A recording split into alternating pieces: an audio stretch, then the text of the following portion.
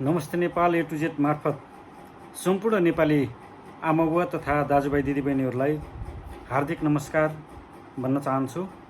सँगसँगै म सुरुमा एउटा विनम्रतापूर्वक अनुरोध गर्न चाहन्छु, यदि तपाईहरू कसैले यो च्यानललाई सब्स्क्राइब गर्नुभएको छैन भने सब्स्क्राइब गर्नुहोला। यसमा व्यक्त विचारहरू सान्दर्भिक लाग्छन् भने लाइक गर्नुहोला। केही सुझाव सल्लाहहरू छन् भने कमेन्ट गर्नुहोला र अरूमाझ सम्प्रेषण गर्नको निम्ति महत्त्वपूर्ण ठान्नुहुन्छ भने सेयर गर्नुहोला। यो पनि मैले हार्दिकतापूर्वक अनुरोध गर्न चाहे सबैलाई। र यो सँगै म विषयमा प्रवेश गर्न चाहन्छु। मैले सुरुमा बडो उठिरहेको विषय हिजोको पञ्चायती व्यवस्था, जसलाई निर्दलीय भने पनि त्यो एकदलीय व्यवस्था थियो। त्यहाँ पनि पदाधिकारीहरू चयन हुने गर्थे। त्यसलाई निर्दल भनिए पनि त्यो बिना दलको होइन, एक दल हो भन्ने कुरालाई हामीले बुझ्नु जरुरी छ। त्यो हिजोको राजतन्त्र र पछाडि 2046 को आन्दोलनपछि नेपालमा भनिन्छ प्रजातन्त्रको उदय भयो। भनिसकेपछि त्यो हिजोको राजतन्त्र, प्रजातन्त्र र अहिलेसम्म आउँदाखेरि लोकतन्त्र हुँदै गणतन्त्रसम्म, त्यो पनि 62 को संविधान अनुसार 62-63 को अन्तरिम संविधान हुँदै यो 72 को संविधान सम्म आइपुग्दाखेरि यसलाई समाजवाद उन्मुख लोकतन्त्र भनेर व्याख्या गरिएको छ। त्यो संविधानमा लिखत छ। यसरी तुलना गर्दा हिजोको राजतन्त्र र अहिलेको भनिएको यो गणतन्त्रलाई तुलना गर्दाखेरि कुन ठिक रह्यो त, नेपाल र नेपालीप्रति उत्तरदायी बढी कुन देखियो त भनेर त्यसलाई अध्ययन गर्नुपर्ने, केलाउनु पर्ने समय आइसकेको छ। त्यसलाई ढिला नगरिकन सम्पूर्ण नेपालको माया गर्ने र आफूलाई नेपाली हुनुमा गर्व गर्ने हरेक नागरिकले यो गर्न पर्ने बेला आएको छ। त्यसो हुँदाखेरि म के भन्न चाहन्छु भने, यदि राजा महेन्द्रले पूर्व पश्चिम महेन्द्र राजमार्ग नबनाइदिएको भए के नेपालका सुदूरपूर्व र सुदूरपश्चिमका नेपालीहरू एक अर्कासँग जोडिन सक्थे? पक्कै सक्थेनन्। यो सबैभन्दा ठुलो आम नेपालीप्रतिको गुण हिजोको राजतन्त्रले लगाएको कुरालाई कसैले पनि बिर्सनु हुँदैन, यो भन्न चाहन्छु। र सँगसँगै म के भन्न चाहन्छु भने, हामीले बहुदलीय व्यवस्था लिइसके पछाडि अथवा 2046 साल को आन्दोलन र त्यो 47 को प्रजातन्त्रमा आधारित संविधान बनिसके पछाडि नेपालले के कुरामा फड्को मार्यो त, त्यो विषय पनि हामीले जान्न जरुरी छ। 2046 सालसम्म वैदेशिक ऋणभार प्रत्येक नेपालीको थाप्लोमा 8 देखि 10 हजार थियो। त्यति बेला जनसङ्ख्या पनि कम थियो भने अहिले 2077 सम्म आउँदाखेरि जनसङ्ख्या पनि वात्तै बढेको छ। सँगसँगै वैदेशिक ऋणभार पनि प्रति व्यक्ति नेपालीको थाप्लोमा 50 देखि 55 हजार पुगेको छ। के तपाईँ हामीले ल्याएको, तपाईँ हाम्रो आन्दोलन, त्यसमा सहभागिता, बलिदान, वीरता, शौर्यता, यसले दिएको परिणाम अहिले प्रति व्यक्ति नेपालीको थाप्लोमा वैदेशिक ऋणभार 50 देखि 55 हजार पुगेको छ। के हामीले हिजोको राजतन्त्रलाई फ्याँकेर ल्याएको प्रजातन्त्र यसकै लागि हो त? यो एउटा प्रश्न बनेको छ। सँगसँगै म के जोड्न चाहन्छु भने 2062 सालसम्म वैदेशिक रोजगारमा गएका नेपालीहरूको सङ्ख्या जम्मा 7 लाख थियो भने त्यो सङ्ख्या 2077 सालसम्म आउँदा 15 वर्षको अवधिमा 60 देखि 62 लाख पुगेको छ। के सम्पूर्ण नेपालीहरूलाई, नेपालको ऊर्जाशील जनशक्तिलाई विदेशमा पठाउनको निमित्त तपाईँ हामीले आन्दोलन गरेका थियौँ। 46 सालको आन्दोलन, 62-63 को आन्दोलन, अझ भनिन्छ माओवादीको 10 वर्षीय जनयुद्ध के यही हालत बिहोर्नका निम्ति थियो? के यो प्रजातन्त्र गणतन्त्रले गरेको विकास यही हो र यसैमै हामी खुसी हुने? यो सोच्ने विषय बनेको छ। सँगै म के भन्न चाहन्छु भने राजतन्त्रात्मक व्यवस्था हुँदा सञ्चालनमा आएका थुप्रै राष्ट्रिय उद्योग धन्दाहरू, बाँसबारी छालाजुत्ता कारखाना, हेटौँडा कपडा उद्योग, बुटवल धागो उद्योग, भिरकुटी कागज कारखाना, जो हिजोको नवलपरासी अहिलेको नवलपुरमा अस्थिपञ्जरको रूपमा उभिएको छ। सुन्छु मैले अझ त्यसको आधा जग्गा चाहिँ जग्गा दलालहरूले बेचेर खाइसके कित्ताकाट गरेर, र आधा जग्गा त्यो भिरकुटी कागज उद्योगको आधा जग्गा अहिले अदालतमा चाहिँ फाइल पेन्डिङ छ। त्यो पनि बेची खानको निम्ति त्यहाँ दरभाउ नमिलेर पेन्डिङ छ भन्ने सुनेको छु। सँगसँगै दर्जनौं कृषि औजार उद्योगहरू ती पनि बन्द गरिए र आज एउटा सामान्य कृषिमा प्रयोग हुने औजार विदेशबाट आयात गरिन्छ भने के यो बहुदल प्रजातन्त्र, लोकतन्त्र, गणतन्त्र नेपाल र नेपालीको हितमा भयो त? यो एउटा अर्को गम्भीर प्रश्न तपाईँ हाम्रा अगाडि उभिएको छ। र सँगसँगै म के भन्न चाहन्छु भने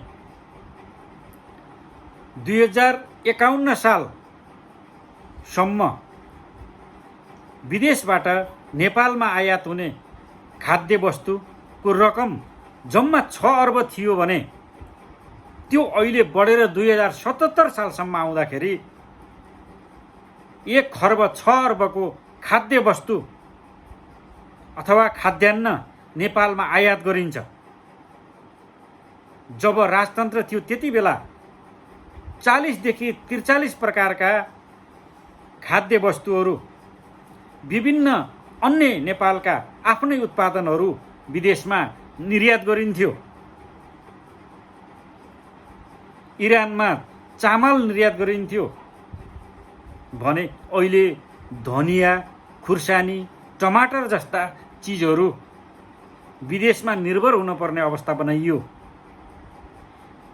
नेपालका मौलिक कृषि औजारहरू, नेपालको आफ्नै कृषि उत्पादन प्रणाली नामेट गरियो।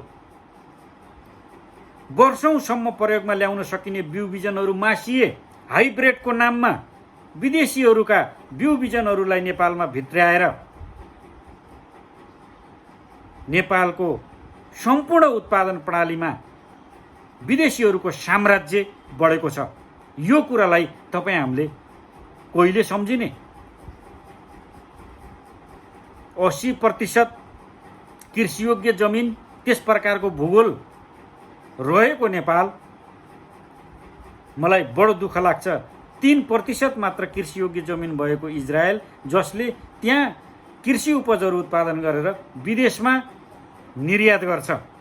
हाम्रो 80% कृषियोग्य जमिन भएका हामी नेपालीहरू विदेशमा निर्भर हुन्छौँ सामान्य खाद्य वस्तुहरूको लागि। यसमा नागरिकको दोष छैन, तर सत्ता सञ्चालन गर्ने, व्यवस्था ल्याउने दलहरू जसले राम्रो प्रणाली बनाउन सकेनन्, नेपाली मौलिकतामा आधारित, कृषिमा आधारित, बहुसङ्ख्यक नागरिकमा आधारित त्यस प्रकारका प्रणालीहरू बनाउन सकेनन्। यिनले आफ्नो फाइदाको निम्ति चाहिने कानुनहरू रातारात बनाइसके, तर जनताका मौलिक हक अधिकारका कानुनहरू कुराहरू अहिलेसम्म बन्न सकेनन्। सर र संविधान पढ्ने हो भने त्यसमा व्यक्त विषयहरू नराम्रा छैनन्। त्यसो हुँदाखेरि संविधान जनहितमा छ भन्न सैद्धान्तिक हिसाबले मिल्ला, तर त्यसको कार्यान्वयन कानुन निर्माण गरेर प्रक्रियामा जानुपर्ने कुरामा द्रुत गतिमा हुनुपर्ने अवस्थामा किन यस प्रकारको ढिलासस्ती, मौनता भन्ने कुरा छ। र म सँगसँगै के भन्न चाहन्छु भने नेपाली नागरिक धेरै भावुक र संवेदित छन्। कुनै अमुक दलले दिएका गुलिया आश्वासन र नाराहरूका पछाडि लागेर उनलाई विश्वास गर्ने गर्दछन्। झ्याप्पै कुनै नयाँ विचार र शक्तिका पछाडि नजाने र पुरानै तरिकाले पुस्तौँदेखि सम्पर्कमा रहेको, समर्थनमा रहेको दललाई निरन्तरता दिने कुराले आज यी राजनीतिक दल र यिनका नेताहरूमा एक प्रकारको बोसो यिनको चाकमा जम्मा भएको छ। यिनको चाकमा जम्मा भएको बोसोलाई पगाल्ने जिम्मा अब हरेक नागरिकको हो। यदि तपाईँ हामीले यिनको पछाडि जम्मा भएको बोसोलाई अब एउटा विचार र आन्दोलनको माध्यमबाट पगालेनौँ भने, अझै केही वर्ष नेपालमा यसै प्रकारको परिपाटी रह्यो भने तपाईँ हामी माटो खाने, ढुङ्गो खाने अवस्थामा पुग्नेछौँ। यिनीहरूले पुर्याउनेछन्, यो स्पष्ट भइसकेको छ। नागरिकको स्वास्थ्य उपचार हरेक महामारीमा राज्य जिम्मेदार हुने र राज्यले अभिभावकीय दायित्व पुरा गर्ने छ भनेर कानुनी रूपमा उल्लेख भएका विषयमा अहिले कोरोना महामारी आउँदाखेरि हामीले तपाईँको उपचार गर्न सक्दैनौँ भनेर यिनीहरूले स्पष्टसँग बोलिसकेको अवस्था छ।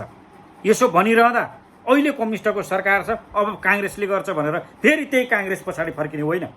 जहिलेसम्म बिपी थिए काङ्ग्रेस ठिक थियो, बिपी राष्ट्र र राष्ट्रियताप्रति उत्तरदायी थिए र त्यस पछाडिका कङ्ग्रेसहरू भनेका एजेन्टको रूपमा मात्रै छन् र पटक पटक राष्ट्रघाती सन्धि सम्झौता गरेका छन्। त्यसैले अब यो अहिलेको चाहिने एउटा अराष्ट्रिय तत्त्वको रूपमा विकास भएको नेकपा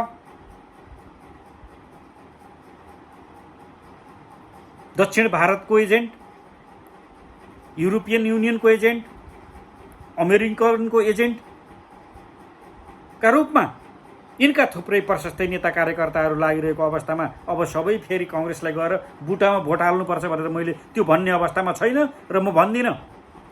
टेस्टेड पार्टीहरूमा तपाईँहरू जानु हुँदैन। बरु तुलना गर्नुहोस् राजतन्त्र र यो अहिलेको भनिएको लोकतन्त्र। तपाईँहरूले जथाभावी बोल्न पाउनुहुन्थेन होला, त्यो अलग विषय छ, तर जनताप्रति र राष्ट्रप्रति राजतन्त्र धेरै उत्तरदायी थियो भन्ने कुरा त हामीले तुलना गरेर हेर्न सकिन्छ नि। हिजोको राजतन्त्रले राजा राणाहरूले सञ्चालनमा ल्याएका उद्योग धन्दाहरू कौडीको भावमा बेची खाएर हरेक कुरालाई निजीकरण गरेर सानसाना आफ्ना भरौटेहरू, त्यो पनि मैले के भन्न चाहन्छु भने कुनै विदेशीलाई यहाँ स्पोन्सर गरेर नागरिकता दिलाएर कुनै विदेशीले लगानी गरेका साना उद्योग धन्दाहरू जसको आम चाहिँ नाफा विदेशमै जाने गर्छ, त्यस प्रकारका धन्दाहरू सञ्चालन गरेर, उद्योग धन्दाहरू सञ्चालन गरेर नेपालको प्रगति हुँदैन। नेपालमा बहुसङ्ख्यक नेपालीहरूको मुख्य पेसा के हो त्यो विषयमा आधारित भएर यहाँको प्रणाली बन्नुपर्छ। त्यसो हुँदाखेरि मात्रै विकासले फड्को मार्न सक्छ। त्यसप्रति उत्तरदायी छैनन्। त्यसो हुँदाखेरि यस प्रकारको व्यवस्था टोटली फेलर भइसकेको अवस्था हो। त्यसैले मैले अब आम नेपाली आमाबुवा तथा दाजुभाइ दिदी बहिनीहरूले गम्भीर ढङ्गले यी विषयहरूलाई बुझ्नुपर्छ, यस विषयमा घोथलिनुपर्छ र एउटा खालको सोच बनाउनुपर्छ र एउटा लुटको राजको अन्त्य गरिनुपर्छ। तपाईँ हाम्रो करको दुरुपयोग गर्नेहरूलाई एक एक हिसाब खोजिनुपर्छ र त्यसको हिसाब चुक्ता गरिनुपर्छ। त्यसको निम्ति आम नेपाली नागरिकहरू अब एकताबद्ध भएर आन्दोलित हुनुपर्छ भन्न म चाहन्छु। मैले यो पनि भन्न चाहन्छु, यो गणतन्त्र नभएर लुटतन्त्र साबित भएको छ। नेपाल र नेपालीप्रति उत्तरदायी नहुने, खाली वैदेशिक प्रभुका स्वार्थ सिद्धिका निमित्त काम गर्नेहरूबाट नेपाल र नेपालीको हित हुन्छ भन्ने कुरा हामीले सोच्नु भनेको चिलौनीको बुटोमा स्याउको फल खोज्नु जस्तै हो। यो व्यवस्था ढाल्नु र फ्याँक्नुको विकल्पै छैन। यसमा सबै नागरिक जुट्न जरुरी छ। विदेशीका नाराहरूलाई बोकेर उनीहरूले नेपाललाई सधैँ अस्थिर बनाइराख्ने, कमजोर बनाइराख्ने, त्यस प्रकारका उनीहरूका सोच चिन्तन र प्रवृत्तिहरूलाई अँगालेर हिँड्ने हरेक राजनीतिक दललाई तपाईँ हामीहरूले बहिष्कार गर्न जरुरी छ। यहाँनिर शुद्धिकरणको कुरा आउन सक्छ। केही मान्छेहरूले यही प्रणालीमा आधारित भएर हामी अब अगाडि आउँछौँ र हामीले चाहिँ राम्रो शासन व्यवस्था नेपालमा सञ्चालन गर्छौँ भनेर एउटा भरम पनि सिर्जना गर्न सकिन्छ। त्यो होइन, त्यहाँबाट निस्केर अब नयाँ ढङ्गले चाहिँ सोचिन जरुरी छ। त्यसको निम्ति सबै नेपालीहरू एक ढिक्का हुन जरुरी छ। आज कोरोना महामारीको रूपमा नेपालमा फैलिएको छ, समुदायमा प्रवेश गरिसकेको छ। यस्तो अवस्थामा नागरिकको जीवन रक्षाका निम्ति राज्य उत्तरदायी हुनुपर्नेमा राज्य पन्छिएको छ। योभन्दा दुःखद पक्ष के हुन सक्छ? मैले केही मिडियाकर्मीहरूले स्टिङ अपरेसन गरेका कुराहरूलाई पनि हेरेँ, जहाँ एउटासम्म बेड पनि उपलब्ध छैन। यो पोखराको कुरा हो। पोखराका विभिन्न हस्पिटलहरूमा एउटा बिरामीलाई राख्नको निम्ति आइसियुमा राख्नको निम्ति आइसोलेसन वार्ड छ कि छैन भनेर उनले कार्यक्रम प्रस्तुत गरेर प्रत्येक हस्पिटलका व्यक्तिहरूसँग उनले सम्पर्क गर्दाखेरि त्यो कहीँ पनि उपलब्ध भएन र त्यहाँका मेयर उपमेयर नतमस्तक बने। उनीहरू बोल्न सकेनन् भने यो हरेक नेपालका सहरहरूमा यसै प्रकारको स्थिति बनिसकेको छ। यहाँ बाँच्नको निम्ति यिनीहरू नै अग्रपङ्क्तिमा छन्। यिनीहरूले आफ्ना भरौटेहरूलाई बचाउनको निम्ति र आफू बाँच्नको निम्ति मात्रै हस्पिटलहरू प्रयोगमा ल्याउने छन् र आम नागरिकको निम्ति त्यो अवसर बन्ने छैन। त्यसैले अब आफ्नो बस्ने त्यो जिम्मेदारी आफैमा आएको छ। समय परिस्थितिले त्यस प्रकारको स्थिति सिर्जना गरेको छ। त्यसैले हरेक नागरिक यो महामारीबाट बच्नको निम्ति आफ्नो डाक्टर आफै बन्न पर्ने एउटा अवस्था आएको छ र हामी टुहुरा टुरी जस्ता बनेका छौँ। सरकार आम नागरिकको निम्ति अभिभावक हो, भनौँ सोझो अर्थमा बाबुआमा हो अथवा दाजु हो भने त्यसले जिम्मेवारीबाट आफू पन्छिन्छ भने अब बाबुआमा बिनाका छोराछोरी जस्ता हामी नेपाली नागरिकहरू बनेका छौँ। यस्तो दुरावस्था हुँदाहुँदै पनि अझै पनि तपाईँ हामी यसबाट केही हुन्छ भनेर आश गर्नु यो त निकै लाजमर्दो विषय भएन र? सँगसँगै नेपालको भूमि गुमेको भूमि भनेर नक्सामा समेटियो। लिपुले कालापानी चुचे नक्सा बन्यो। सबै नेपालीहरू हर्षित भयो। एउटा ऐक्यबद्धता देशमा जाहेर भयो। तर पछिल्लो पटक त्यो एउटा स्वार्थको निम्ति मात्रै गरिएको थियो। त्यो चिरायु रहन पर्छ र त्यसलाई कार्यरूप प्रदान गरिनुपर्छ। त्यो नक्सामा मात्रै होइन, त्यो भूगोलको सदुपयोग नेपालीले गर्न पाउनुपर्छ भन्ने कुरा उठिरहेकै बिचमा फेरि त्यो नक्सालाई न पाठ्यक्रममा समावेश गरियो, सिधै प्रधानमन्त्रीले हस्तक्षेप गरे। पछिल्लो पटक सबैभन्दा दुःख लाग्दो अवस्था भारतको खुफिया एजेन्सी र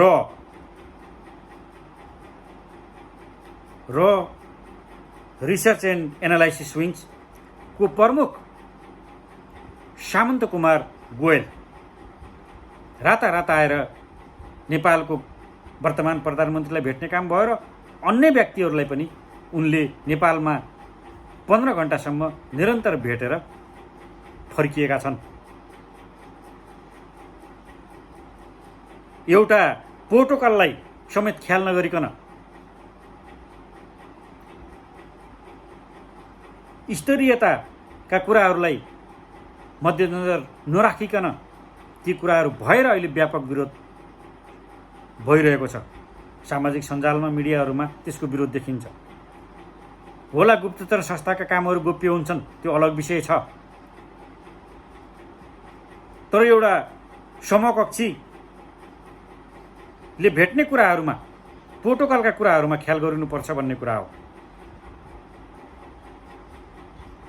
आफैमा गोप्य रूपमा काम गर्ने संयन्त्रले सार्वजनिक गरेन भन्ने कुरामा विरोध होइन, तर प्रोटोकलका कुरामा चाहिँ विरोध हो।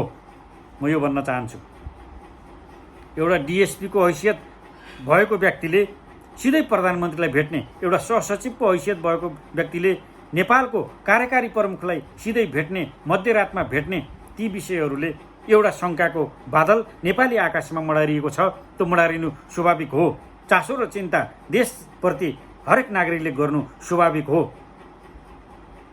किनकि नागरिकप्रति अनुत्तरदायी ढङ्गले राज्य पेश हुनु र यस प्रकारका गतिविधिहरू बढ्दै जानुले बढी आशंका गरिनु स्वाभाविक हो र गरिनुपर्छ। खबरदारी गरिनुपर्छ। यो देश कसैको बिर्ता होइन। कुनै एकजनाले चाहेको भरमा नेपाल बिक्री गर्ने त्यस प्रकारको अधिकार आम नागरिकले दिएका छैनन् र हाम्रा वीर पुर्खाहरूले त्यसरी आर्जेका पनि होइनन्। भक्ति थापा, भीमसेन थापा, बलभद्र कुँवर जस्ता विचारकहरू, शहीदहरू, उनीहरूको खुन पसिनाले आर्जेको मुलुकलाई सौदाबाजी गर्ने अधिकार यो वर्तमान व्यवस्था र वर्तमान सत्तालाई, सरकारलाई छैन। यसको पनि हेक्का रस यो म भन्न चाहन्छु। र म सँगसँगै के भन्न चाहन्छु भने, देश एउटा महामारीमा गइरहेको बेला पदीय स्वार्थको निम्ति झन्डै आधा वर्षदेखि झगडा गर्दै आउने स्वयं सत्ता सञ्चालक दल, त्यसका मुख्य नेताहरू, तिमीहरू कहिले नागरिकप्रति उत्तरदायी हुने? चुनावका बेला तिमीलाई नागरिकको भोट चाहिने, अनि चुनाव सकेर गइसके पछाडि तिम्रा आशेपाशे र तिम्रा स्वार्थपूर्तिका निम्ति मात्रै देशको महत्त्वपूर्ण समय सक्ने, त्यसको निम्ति तिमीहरूले नागरिकको कुनै पनि कर दुरुपयोग गर्न पाउँदैनौ। करको दुरुपयोग गर्दै नागरिकप्रति थोरै पनि जिम्मेदार र उत्तरदायी नहुने, आफ्नै स्वार्थका निम्ति मात्रै केन्द्रित हुने यिनका बैठकहरू जहिले पनि आफ्नै पद र प्रतिष्ठा, पैसाका निम्ति मात्रै केन्द्रित भए। सबभन्दा दुःख लाग्दो पक्ष प्रतिपक्ष दल न त मस्तक बन्यो, मुख दर्शक बन्यो,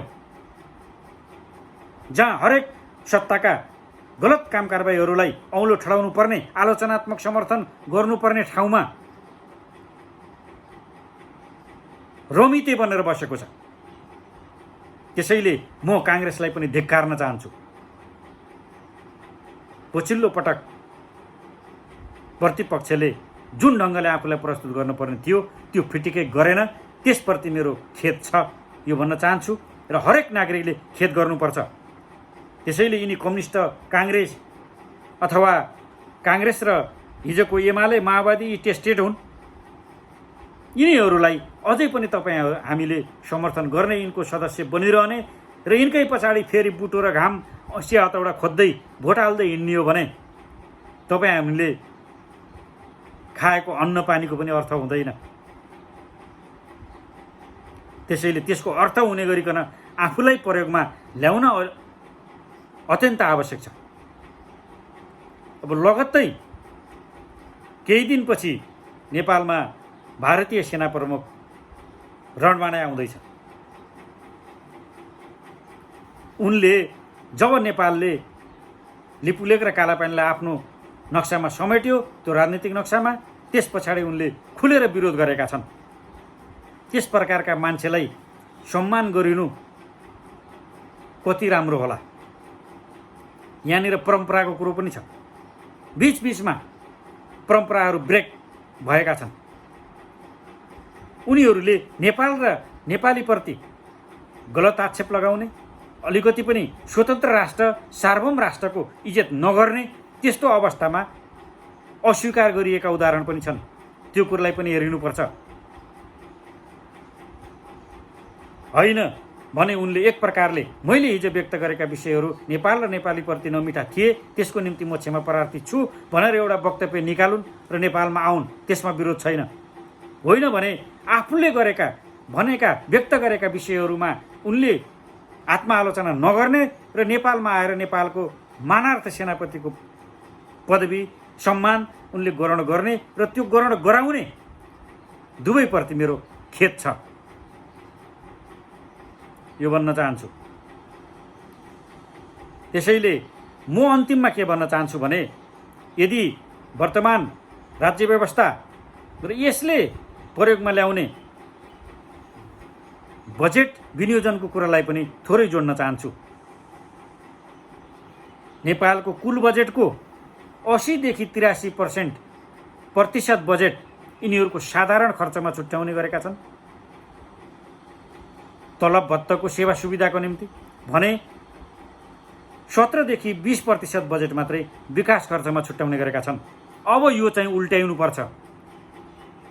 100 रुपियाँमा 83 रुपियाँ तपाईँले खाइ खर्चमा सक्ने अनि 17 रुपियाँ तपाईँले जोगाएर तपाईँको प्रगति हुन्छ व्यक्तिगत रूपमा? हुँदैन।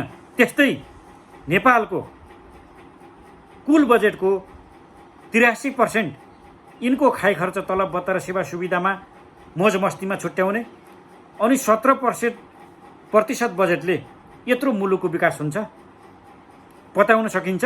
त्यसैले यो ठ्याक्कै उल्टो बनाउन जरुरी छ। यिनीहरूको सेवा सुविधाको निम्ति 17% छुट्याइनुपर्छ र नेपाल र नेपालीको विकासको निम्ति 80 देखि 83% छुट्याइनुपर्छ। यस प्रकारको व्यवस्था नहुन्जेलसम्म नेपालमा विकास गर्छौँ, समृद्धि सुखी नेपाली भन्ने यी वैगात कुरा हुन्। यी बकम भाषेहरूका पछाडि नलाग्नको निम्ति पनि म आग्रह गर्न चाहन्छु। पत्याउने विश्वास लाग्ने कुरा हुनु पर्यो नि। अनि त्यही भित्र पनि भ्रष्टाचार गरेर, त्यही विकासका योजनाहरूमा पनि भ्रष्टाचार गरेर अनि 5% मात्रै समग्र बजेटको 5% मात्रै पनि विकासमा प्रयोग भएको छैन। अझ पछिल्लो पटक सङ्घीयता ल्याएर मैले 3 तहका कार्यकर्ताहरू भन्ने गरेको छु, नेताहरू भन्ने गरेको छु। जेठा जतिले केन्द्रमा काठमाडौँमा लुट्ने, माइला तहका नेता कार्यकर्ताहरूले प्रदेशमा लुट्ने अनि कान्छा तहका नेता कार्यकर्ताहरूले स्थानीय तहमा लुट्ने। 3 तहमा लुट्नको निम्ति यो प्रकारको व्यवस्था सङ्घीयता लिइएको छ। यसलाई पनि बुझ्न जरुरी छ। हुँदा अब यिनैहरूलाई तलब भत्ता खुवाउनुको निम्ति पनि गाह्रो पर्ने स्थिति आएको छ। त्यसैले यिनीहरूले बनाउने कानुन यिनीहरूका स्वार्थका निम्ति मात्रै हुन्। नागरिकप्रति उत्तरदायी हुने ढङ्गले, जिम्मेदार हुने ढङ्गले, अभिभावकत्व दिलाउने ढङ्गले कुनै पनि काम कारबाहीहरू भएका छैनन्। त्यसैले यस प्रकारको अवस्थाबाट, प्रणालीबाट, व्यवस्थाबाट हामी नेपालीहरूले सुख, शान्ति र समृद्धिको आशा गर्नु यो ठुलो भ्रम हो। त्यसैले सम्पूर्ण नेपाली आमाबुवा तथा दाजुभाइ दिदीबहिनीहरूलाई यस प्रकारको महाभ्रमबाट मुक्त हुनको निम्ति हार्दिकतापूर्वक अनुरोध गर्दै सबैले स्वतन्त्र ढङ्गले पार्टीभन्दा माथि उठेर दलभन्दा देश ठुलो भन्ने कुरालाई बुझेर नेपाललाई जोगाएर अगाडि बढ्नको निम्ति सबै जुटौँ भन्दै मैले आफ्नो भनाइलाई यहीँनिर पूर्णविराम लगाउन चाहन्छु। हामी सबै नेपाल र नेपालीको जय होस्। भ्रष्ट, गद्दार, धोकेबाजहरू, विदेशी एजेन्टहरूको सदाका निम्ति पराजय होस्, यही भन्न चाहन्छु र यही कामनासहित मैले आफ्नो भनाइलाई पूर्णविराम लगाएँ।